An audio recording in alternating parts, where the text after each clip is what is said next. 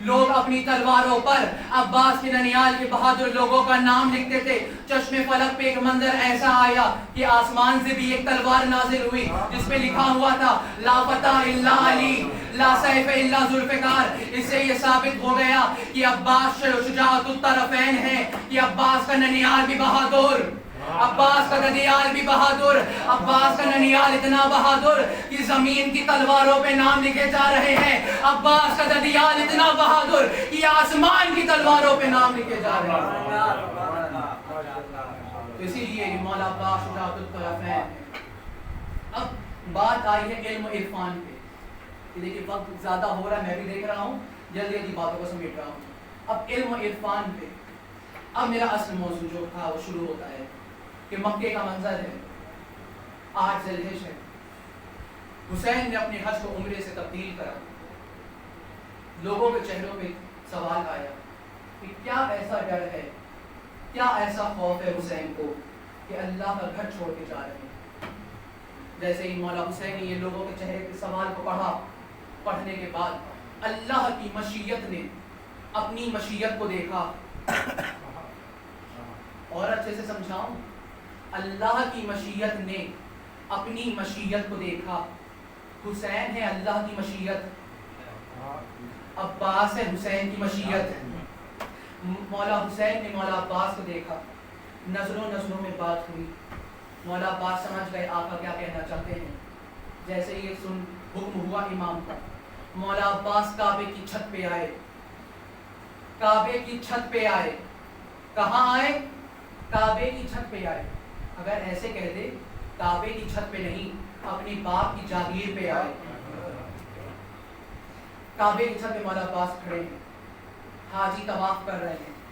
اب یہاں پہ مولا عباس نے جملہ کہا, 2 اشارے کریں یہ جملہ کہتے ہوئے, ایک خانہ کعبہ کی طرف, ایک حسین کی طرف. کیا کہا کہ الحمدللہ الذی شرف ھذا بقدوم ابیہ. کیا کہا؟ الحمدللہ الذی شرف ھذا بقدوم ابیہ. کہ تمام تعریفیں اس اللہ کی کہ جس نے اس خانہ کعبہ کو عظمت بخشی حسین کے بابا کے صدقے میں. جملے میں گئے نہیں آپ. کیا مولا نے کہا کہ تمام تعریفیں اس خدا کی جس نے خانہ کعبہ کو عظمت بخشی حسین کے بابا کے صدقے میں. ایک جملہ پھر کہا, کیا کہا؟ کانا بالامس بیتن اصبح قبلتن. کل تک یہ گھر تھا, علی کے آنے کے بعد قبلہ بن گیا. لوگوں نے سوچا, اب دیکھیے واقعہ کب کا بتا رہے مولا, 13 رجب کا, سن 30 عام الفیل کا. لوگ یہ سوچتے ہیں کہ یہ واقعہ اسی دن سے شروع ہوا, 13 رجب سے. نہیں, یہ واقعہ شروع ہوا ہے 17 ربیع اول سن 1 عام الفیل سے, کہ جب اللہ کا رسول پیدا ہوا ہے ابو طالب کے گھر میں. پیدا ہوا ابو طالب کے گھر میں. محمد کو اٹھایا ابو طالب نے اپنے ہاتھوں میں. اٹھانے کے بعد نام رکھا, کہا اس بچے کا نام محمد ہوگا. اب یہ بتائیے ابو طالب نے ایسا نام رکھا ہی کیوں؟ بھئی آج سے پہلے کسی نے محمد نام تو رکھا نہیں تھا. ابو طالب نے یہ کیسے نام رکھ لیا محمد؟ کیونکہ اللہ نہیں چاہتا تھا کہ محمد رسول سے پہلے کسی کا نام محمد رکھا جائے. اسی لیے اللہ نے یہ نام اپنے علم کے حجابات میں چھپا کے رکھا تھا تاکہ کسی کی نظر نہ پڑ جائے. آدم کی نظر نہ پڑ جائے, نوح کی نظر نہ پڑ جائے, ابراہیم کی نظر نہ پڑ جائے, موسیٰ کی نظر نہ پڑ جائے, عیسیٰ کی نظر نہ پڑ جائے. اب تک آپ لوگ نہ پہنچے سلام و ابو طالب کی عظمتوں پر کہ جو نام سارے نبی نہ دے سکے وہ نام صرف ابو طالب نے دیکھ لیا. کہ جو نام نبیوں کو نظر نہ آیا وہ نام ابو طالب نے رکھ دیا. کیا نام کی تاثیر ہے. اب ایک سمجھاتا چلوں کہ ایک جناب ہے, مسلمان ہے, ایک کافر کے ساتھ بیٹھے ہیں, چائے پانی رکھا ہے, نہیں کھا رہے غصے میں. ٹھیک ہے بھائی نہیں کھا رہے, آگے بڑھ رہے ہو. واپس پلٹ کے آئے تو دیکھا ہنس بھی رہے ہیں, بول بھی رہے ہیں, چائے پانی بھی چل رہا ہے. میں پوچھوں گا جناب ایسا کیا ہو گیا, ابھی تو اتنی ناراضگی تھی. تو کہنے لگے جناب پہلے یہ کافر تھے, اب انہوں نے کلمہ پڑھ لیا ہے, مسلمان ہو گئے ہیں, پاک ہو گئے ہیں. کیا کہا؟ پاک ہو گئے ہیں. کیا کہا کلمے میں؟ لا الہ الا اللہ، پاک ہو گیا آدمی؟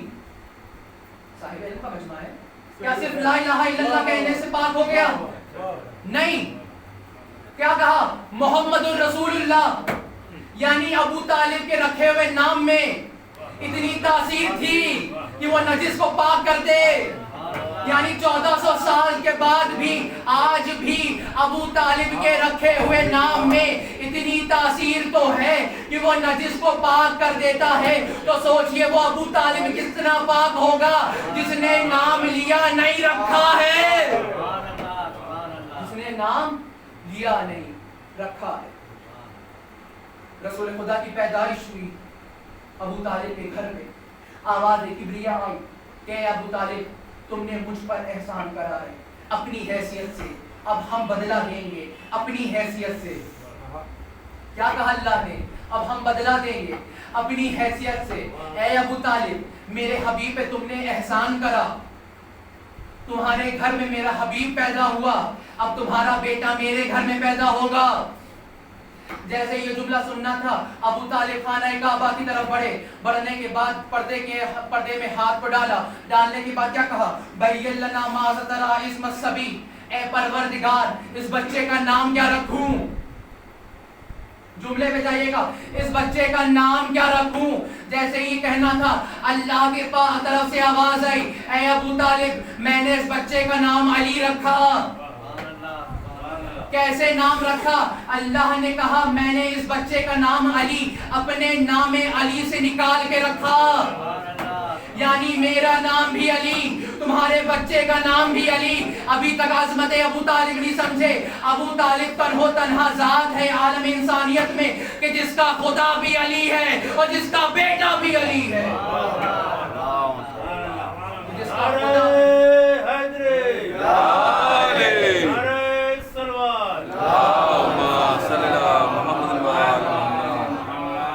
خدا بھی علی، جس کا بیٹا بھی علی. میں کہوں گا اے جناب ابو طالب یہ بات سمجھ میں نہیں آئی. جب 30 سال پہلے اللہ کا رسول آپ کے گھر میں پیدا ہوا، نام آپ نے رکھا. 30 سال کے بعد آپ کا بیٹا پیدا ہوا ہے، نام آپ نے کیوں نہیں رکھا؟ اس سے کیوں رکھوایا؟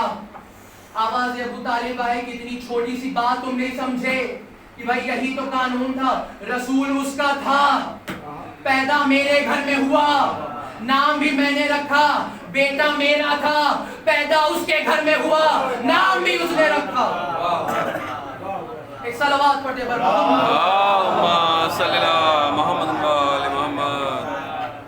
یہاں سے میں منبر سے یہ کہہ رہا ہوں کہ اگر کسی کے اندر جتنی بھی حکومت ہے، اسلامی حکومت جو اہل تشیع کے خلاف ہے، اگر تمہارے اندر ہمت ہو تو کسی کو خانہ کعبہ میں پیدا کر کے دکھا دو. اگر تمہارے اندر ہمت ہو بھائی. اگر دیکھا جائے کتابوں میں خلفائے راشدین کی حکومت کتنے سال؟ 25 سال. 4 سال مولا کائنات کے نکالے. 1400 سال سے نہ حکومت ہماری، نہ تاج ہمارا، نہ تخت ہمارا، نہ سلطنت ہماری، نہ فوج ہماری، کچھ ہمارا نہیں ہے. تو اگر ہمت ہے تو کسی کو پیدا کر کے دکھا دو. تو کیا جواب دیں گے؟ بھائی جناب پیدا تو ہو جاتے. یہی بات تھی کہ ایسے تو ہزاروں بچے خانہ کعبہ میں پیدا ہو جاتے اگر علی کی ماں دروازے سے جاتی. علی کی ماں دروازے سے جاتی. یعنی جو موضوع تھا کہ خداوند عالم نے خانہ کعبہ کو عظمت بخشی ہے تو وہ حسین کے بابا کے صدقے میں بخشی ہے. اب یہاں پہ منظر کیا ہے؟ مکے کا. مولا عباس کعبے کی چھت پہ ہیں، حاجی طواف کر رہے ہیں، احرام باندھے ہوئے ہیں. میرے مولا کہہ رہے ہیں ایتہ الکفرۃ الفجرہ، یہ اے کافروں، اے فاجروں. میں کہوں گا مولا عباس یہ حاجی ہیں، طواف کعبہ میں ہیں، طواف کر رہے ہیں، نمازی ہیں، اور مولا کیا کہہ رہے ہیں؟ اے کافروں، اے فاجروں. مولا یہی تو بتانا چاہتے ہیں کہ جو حسین کا دشمن ہے تو ہے وہ کافر ہی کہلائے گا، چاہے جتنا بڑا نمازی ہو، جتنا بڑا حاجی ہو. اگر حسین کا دشمن ہے تو کافر ہے. اب یہاں پہ میرے مولا خطبہ دیتے گئے ایک جملہ کہا ہر تسل دون سبیل بیت لا امام المراد کہ اے لوگو، اے کافرو، تم نے کیا سمجھا ہے کہ تم خانہ کعبہ کا راستہ روکو گے اور امام خانہ کعبہ کا راستہ روکو گے؟ تم حسین کو کعبے تک نہیں جانے دو گے تم؟ اب جیسے یہ کہنا تھا، مولا نے ایک جملہ کہا لولا حکم اللہ العلیٰ کہ اگر مومنوں کا امتحان میں اور خطرے میں پڑنے کا ڈر نہ ہوتا اور اللہ کی بلند حکمت نہ ہوتی، جملہ پہنچ جائے تو سوچئے گا، یہاں گھر جا کے اس جملے کو سوچئے گا، کیا مولا کہہ رہے ہیں لَتَرُ بیت اللہ قبل ایم شاہ لدے، کیا کہہ رہے ہیں کہ اگر مومنوں کے امتحان میں اور خطرے میں پڑھنے کا ڈر نہ ہوتا اور اللہ کی بلند حکمت نہ ہوتی، تم کیا سوچ رہے ہو حسین خانہ کعبہ تک نہیں جا سکتا؟ حسین کو خانہ کعبہ تک جانے کی ضرورت نہیں ہے، اگر حسین اشارہ کرتے تو خود کعبہ حسین کے پاس چلتا چلا ہے۔ اگر میرے مولا ایک اشارہ کرتے تو خانہ کعبہ خود مولا کے قدموں میں آ جائے گا۔ میرے مولا کہنے لگے کہ اے کافرو سنو، حیغت انظرو فانظرو ثم انظرو ممن شریب ممن صاحب کوثر، اے لوگو تم کس کو کس سے ملا رہے ہو؟ تم کس کو کس سے ملا رہے ہو؟ کہاں یزید، کہاں میرا آقا حسین؟ کس کو کس سے ملا رہے ہو؟ جملہ پہنچ جائے تو بتائیے گا۔ کیا میرے مولا کہہ رہے ہیں کہ اے کافرو تم کس کو کس سے ملا رہے ہو؟ کہاں یزید، کہاں میرا آقا حسین، کہاں شراب پینے والا یزید، کہاں کوثر پلانے والا حسین، کہاں کوثر پلانے والا حسین؟ پھر جملہ کہا ممن فی بیتہ تراست و ممن فی بیتہ هو الآیات کہ اے کافرو تم کس کو کس سے ملا رہے ہو؟ کہاں یزید، کہاں میرا آقا حسین، کہاں وہ یزید کہ جس کے گھر میں صرف عذاب نازل ہوتا رہا، اور کہاں میرا آقا حسین کہ جس کے گھر میں قرآن نازل ہوا۔ فضیلت سمجھا رہے ہیں میرے مولا۔ میرے مولا نے ایک جملہ کہا، دیکھیے بہت آرام سے جملہ کہتا ہوں کہ اے کافرو تم وہی غلطی دہرا رہے ہو جو غلطی قریش نے دہرائی تھی، جو غلطی قریش نے کری تھی۔ کیا غلطی کری تھی؟ نبی کو قتل کرنے کا ارادہ کرا تھا۔ مولا کہہ رہے ہیں لوگوں تم بھی وہی غلطی کر رہے ہو جو قریش نے کری تھی، نبی کو قتل کرنے کا ارادہ بنا رہے تھے، لیکن اس بات کو نہیں جانتے تھے کہ نبی کبھی اکیلا نہیں ہوتا، علی ہمیشہ نبی کے ساتھ ہیں۔ میرے مولا کیا کہہ رہے ہیں؟ لوگوں تم وہی غلطی دہرا رہے ہو جو قریش نے غلطی دہرائی تھی کہ نبی کو قتل کرنے کا ارادہ کرا تھا، مگر یہ بات ذہن میں نہ تھی کہ نبی کبھی اکیلا نہیں رہتا، علی ہمیشہ نبی کے ساتھ ہے۔ آج بھی تم نے وہی غلطی دہرائی، آج تم حسین کے قتل کرنے کا ارادہ بنا کے آئے ہو، تم یہ نہیں جانتے کہ حسین اکیلا نہیں رہتا، جیسے نبی کے ساتھ علی رہتا ہے ویسے ہی حسین کے ساتھ عباس رہتا ہے۔ ایک صلوات پڑھ دے اللہم صلی علی محمد و آل محمد۔ نعرہ حیدری، یا علی، نعرہ سرور، اللہم صلی علی محمد و آل محمد۔ جیسے نبی اکیلا نہیں ہوتا، نبی کے ساتھ ہمیشہ علی ہوتے ہیں، ویسے ہی حسین بھی کبھی اکیلا نہیں، حسین کے ساتھ ہمیشہ عباس۔ یہی میں اپنی مجلس کو تمام کر رہا ہوں۔ اور دیکھیے مجلسوں میں کہا جاتا ہے کہ لاکھ فضائل پڑھ لیے جائیں، لاکھ فضیلتیں پڑھ لی جائیں، لیکن شام سے آنے والی بیوی اسی انتظار میں رہتی ہے کہ کب میرے بھائی کو رویا جائے گا۔ دیکھیے اس خاندان میں جو آل محمد کا خاندان ہے، بڑی عجیب و غریب بات ہے کہ اس خاندان میں وراثت میں فضیلتیں ملی ہیں۔ کیسے؟ جیسے زینب ثانی زہرا، فضیلتوں کی وراثت، اکبر شبیہ پیغمبر، فضیلتوں کی وراثت، عباس ثانی علی، فضیلتوں کی وراثت۔ جیسے جیسے فضیلتیں وراثت میں ملتی گئیں ویسے ویسے مصیبتیں بھی وراثت میں ملتی رہیں۔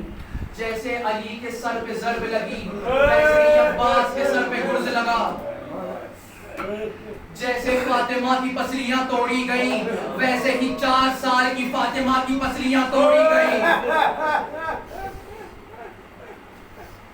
جو میں نے شروعات میں کہا تھا کہ آج مجلس شہادت سکینہ سے مناسب ہے. کوئی رونے میں بغل نہیں کرے گا, کوئی شرمائے گا نہیں, کوئی اگل بغل نہیں دیکھے گا کہ بغل والا کیسے دیکھ رہا ہے. دل کھول کے پرسہ دیجیے گا. چند لمحوں کی مہمان ہے حسین کی یتیمہ, 10 سفر کو اس دنیا کو چھوڑ کے سکینہ چلی جائے گی. آج تابوت ہے اسی یتیمہ کا, دل کھول کے پرسہ دیے. یہ سوچئے گا کہ فرش عزا پہ تو آئے ہیں لیکن ساتھ ساتھ جنازے پہ بھی آئے ہیں. پرسہ دیتے جائیے, گریہ کرتے جائیے. اللہ جانے کون اتنا نصیب والا ہوگا کہ کس کے بغل میں ہماری شہزادی بیٹھی ہوگی, ہمارا وقت کا امام بیٹھا ہوگا. اب تک آپ حسین کا پرسہ دیتے آئے ہیں, آج غریب حسین کو ان کی یتیمہ کا پرسہ دینا ہے. آج پرسہ دیتے جائیے. آواز گریہ بلند ہے. کیا مصیبتیں ہوئی سکینہ پہ. کتابیں لکھتی ہے کہ بعد کربلا اگر چوتھے امام نے کسی کو سب سے زیادہ یاد کرا ہے تو وہ 4 سال کی سیدہ کو یاد کرا ہے. جب بھی وضو کا پانی آتا تھا میرے مولا اتنا روتے تھے, اتنا روتے تھے. صحابی کہتے تھے مولا کیوں رو رہے ہیں؟ مولا کہتے تھے کاش شام کے بازار میں اتنا سا پانی میری بہن کو مل جاتا, وہ میری بہن بچ جاتی.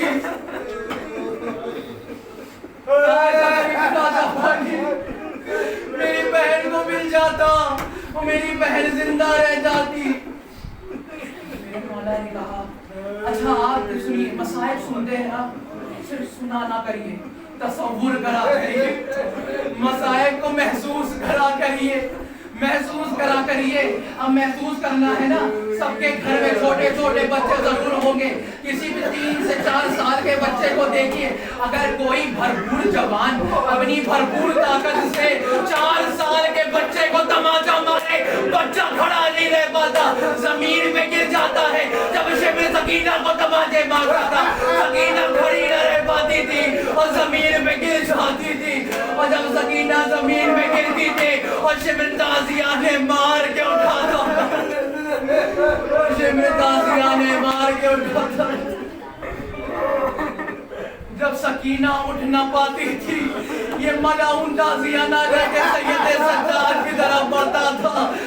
سجاد کو تازیانہ مارنا شروع کرتا تھا, کہتا تھا اٹھا اپنی بہن کو, اٹھاؤ اپنی بہن کو. جیسے ہی سکینہ یہ دیکھتی تھی بھیا کو تازیانے مارے جا رہے ہیں, سکینہ دوڑتی دوڑتی آئی, آگے اپنے آپ کو سجاد کے اوپر گرا لیتی تھی. کہتی تھی شمر اب مت مار میرے بھائی کو, دیکھ میں کھڑی ہو گئی ہوں. لوگوں نے جب چوتھے امام نے یہ مسائل پڑھا نا تو صحابیوں نے ایک سوال کرا, مولا یہ بتائیے جب سکینہ کھڑی ہو گئی کیا تازیانے بند ہو گئے؟ میرے مولا کہتے ہیں کہ اگر تازیانے بند ہو جاتے تو بات ہی کیا تھی. اور جیسے شمر مجھے تازیانے مارتا تھا وہ ویسے ہی سکینہ کو تازیانے مارتا تھا.